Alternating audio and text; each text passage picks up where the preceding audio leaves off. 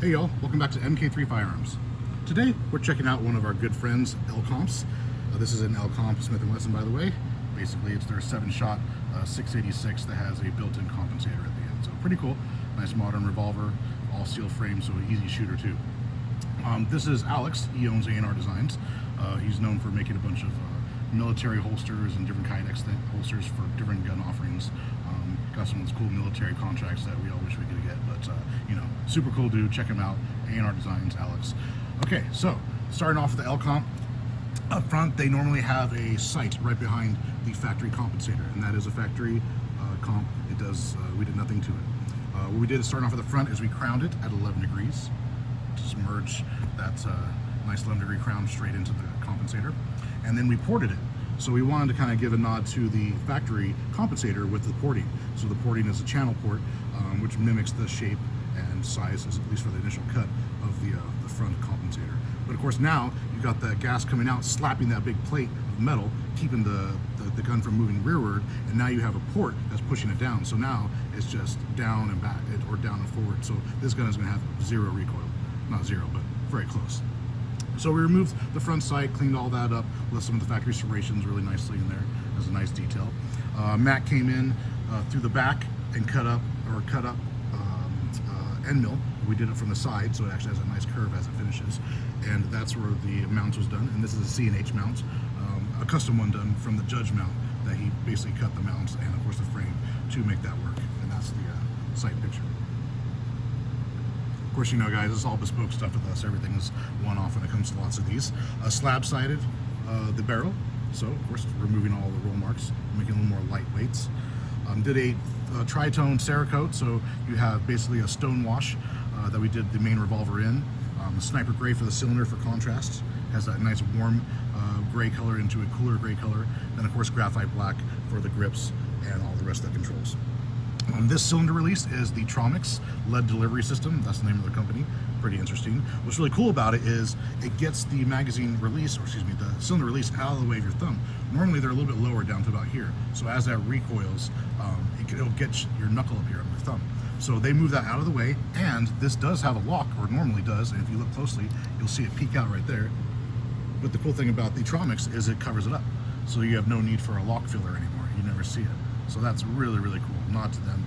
Low profile. This is all actually laser checkered, so that's kind of cool too. Pretty unique, interesting. It's a little more asymmetrical checkering, I would say, but it's cool. It works. It definitely has grip.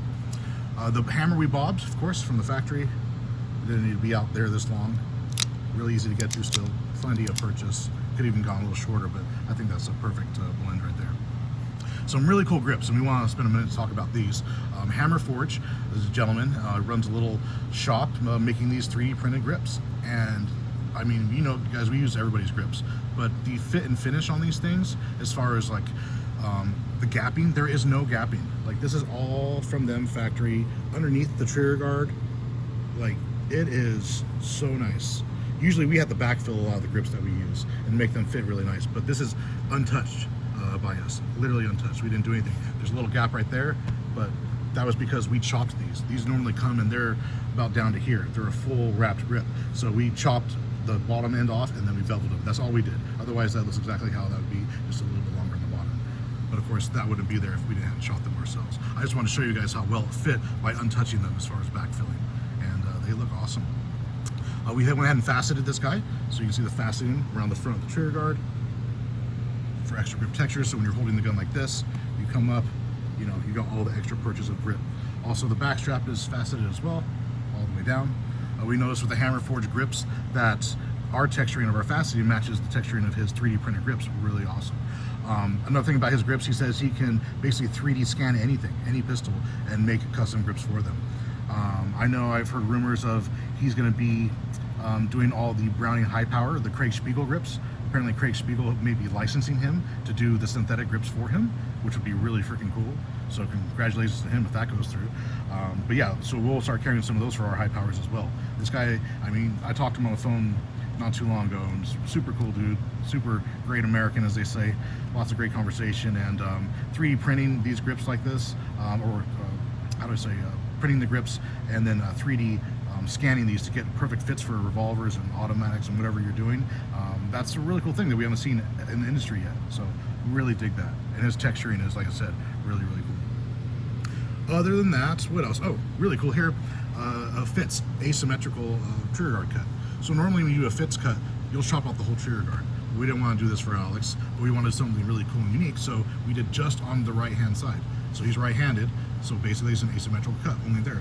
The rest is all factory on the left. And all that does is, it just, if you can see the trigger poking out, I don't know if that catches on the video, but you'll see just a little bit of the trigger poking out. So when you get your finger on here and you're ready to pull, it just comes straight back.